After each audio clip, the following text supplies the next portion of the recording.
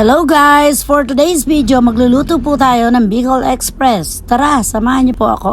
Ayan po ang ating mga sangkap: sibuyas, bawang, luya, sili, alamang, baboy at gata. Umpisahan po natin sa paghihiwa ng bawang. Mas masarap po kasi pag pino ang bawang. Isunod po natin ang sibuyas.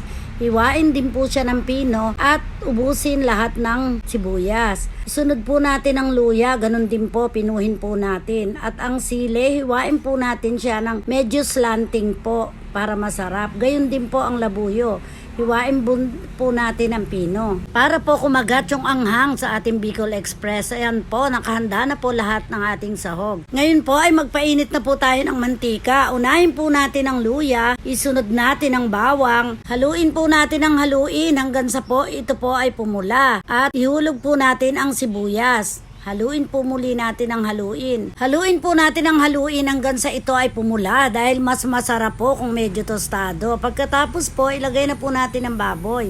Haluin po muli ng haluin hanggang sa ito ay masangkot siya natin. Ayan, halo. Pagkatapos po na masangkot siya natin, ay ibuhos na po natin ang gata. Haluin po muli ng haluin at ilagay po natin ang alamang. Haluin natin ang haluin at nang mag-mix yung alamang sa baboy, ibuhos natin ang kakang gata. Pakuluin po natin ito hanggang sa maluto. Pagkatapos po, ilagay na po natin ang sili. Dahil iyan po ang sikreto ng sarap na Bicol Express. Yan na po, naluto na po natin ang Bicol Express. Tara po, kain po tayo.